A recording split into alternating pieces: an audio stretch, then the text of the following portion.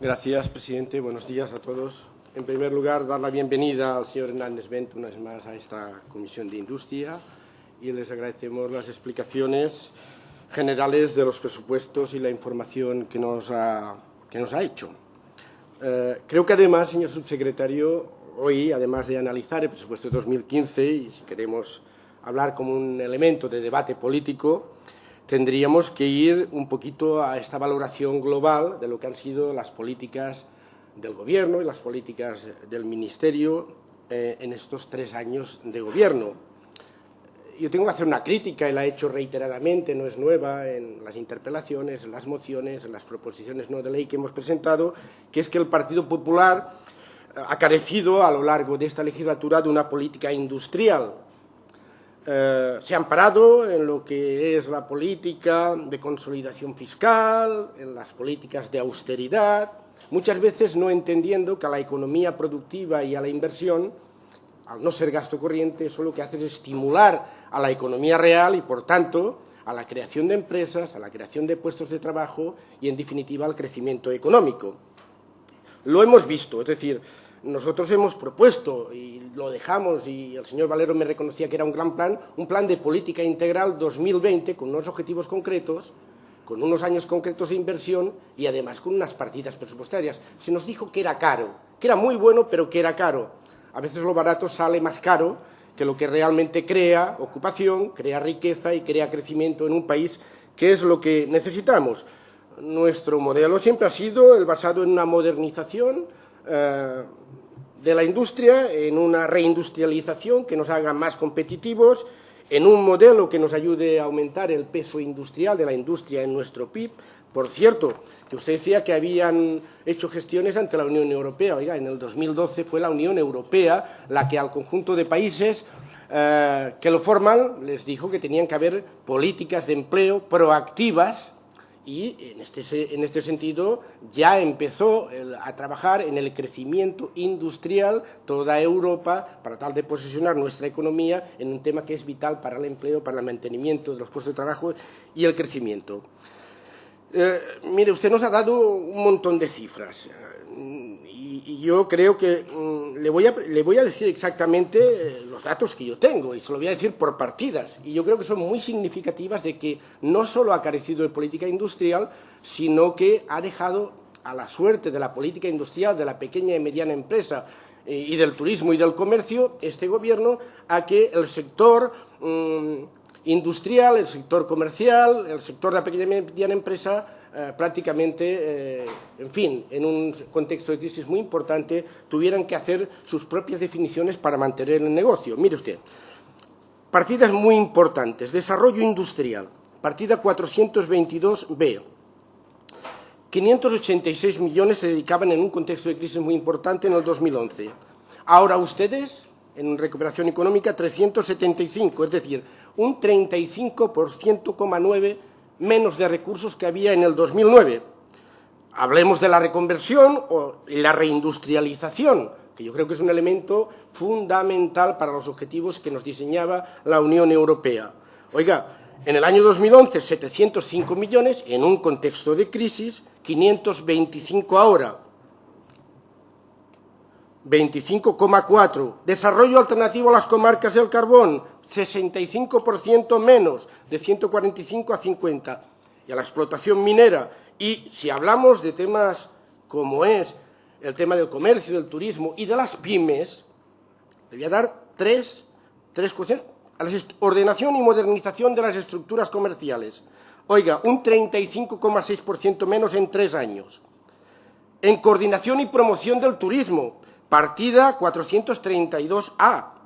623 millones en el 2011, 323 en el presupuesto 2015, un 48,2% menos. Y en el apoyo a la pequeña y mediana empresa.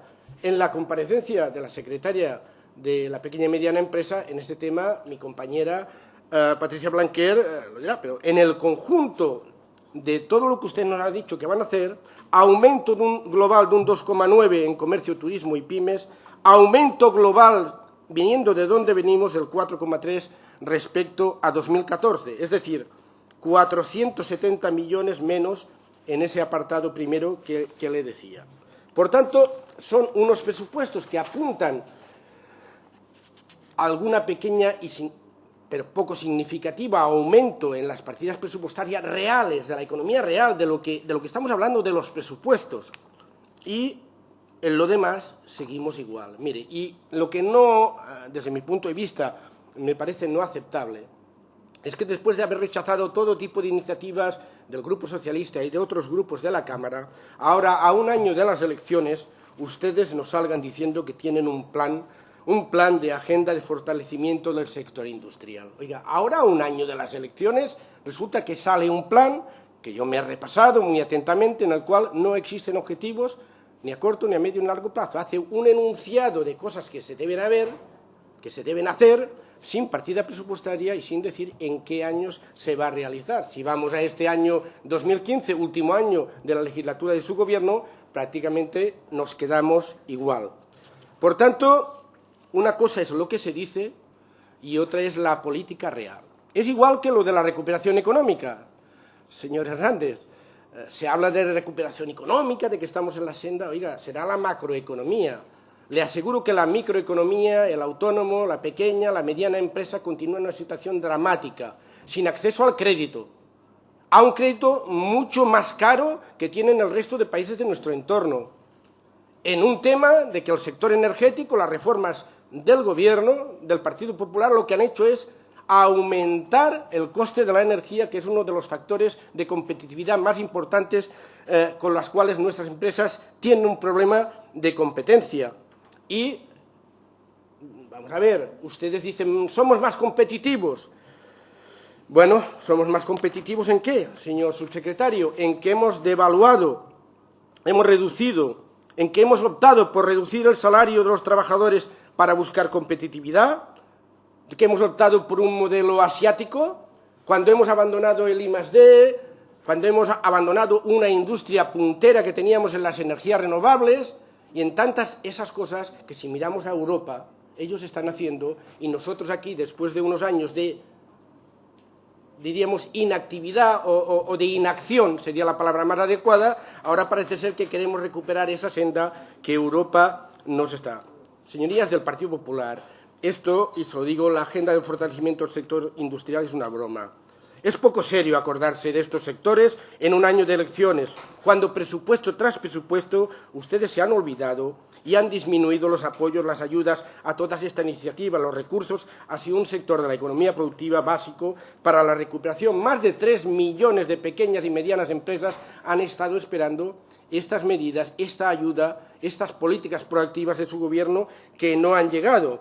Y, por tanto, yo lo que le tengo que decir es que continuamos casi igual, que tenemos pendientes de solucionar los problemas fundamentales, el acceso al crédito a la pequeña y mediana empresa, los costes energéticos, el tema, diríamos, de las ayudas directas. Mire, incluso en la reindustrialización. Yo he participado en muchas reuniones de empresas que tenían especiales dificultades y en una moción que defendí en pleno en el mes de mayo de este año les pedía precisamente que se hiciera una diagnosis, que se contactara con las comunidades autónomas, con el conjunto de las fuerzas sociales y económicas, para tratar de hacer un plan, una diagnosis sobre empresas que pasaban especiales dificultades de deslocalización e incluso, diríamos, de ayuda financiera para poder tirar adelante. Empresas importantes de este país. Mire, le voy a decir más. Pedí con los comités de empresa y con algunas de estas empresas reuniones con el Ministerio y ni siquiera se nos dio día y hora, diciendo que esto era una competencia de las comunidades autónomas y que se tenía que resolver en el marco de la comunidad autónoma. O somos capaces, conjuntamente, con el conjunto de las comunidades autónomas, con los agentes sociales y económicos, con el Gobierno del Estado, de acometer rápidamente el tema de la reindustrialización, de las deslocalizaciones y, de alguna manera, empezando por reafirmar el tejido empresarial que ya tenemos y darle solución a sus problemas del día a día, o realmente, al final, señor subsecretario, lo que tendremos, y hasta ahora ha sido así, es que después de la construcción el sector industrial es el sector que ha generado más desocupados, ha destruido más empleo en estos 3 años.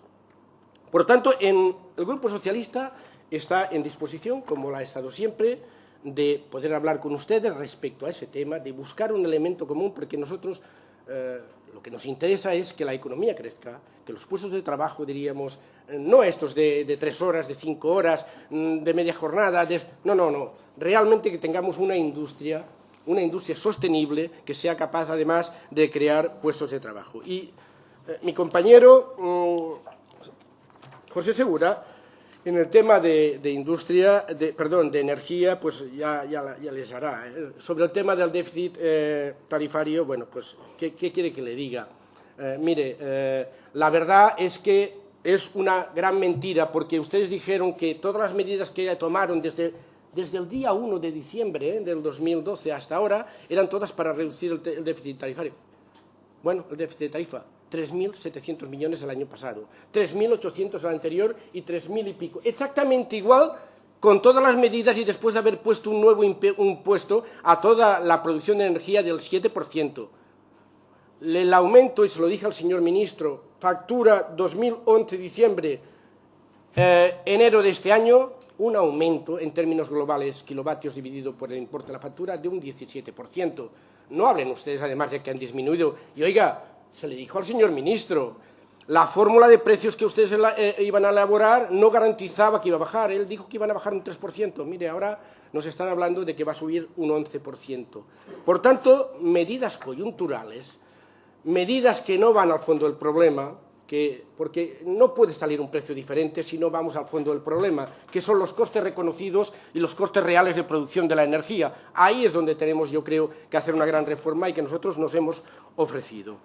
Y sobre un tema que usted ha hablado, del tema del agua. Mire, me pasa una nota que dice la directiva marco. Es cierto que dice que se tiene que ir cargando a los consumidores, a los usuarios, el coste de la potabilización del agua del metro cúbico.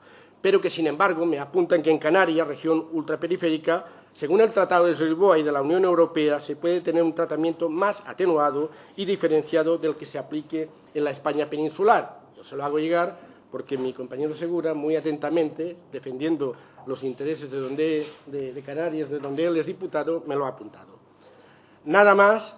Muchas gracias, pero sobre todo, señor subsecretario, hechos, fets y no palabras, hechos y no palabras. Y en la remuneración de las partidas presupuestarias que le he dicho se demuestra claramente que este Gobierno quiere en el último año decir que hace algo por la empresa, pero nos faltan los 3 años anteriores en los cuales los ha abandonado a su suerte. Nada más y muchas gracias.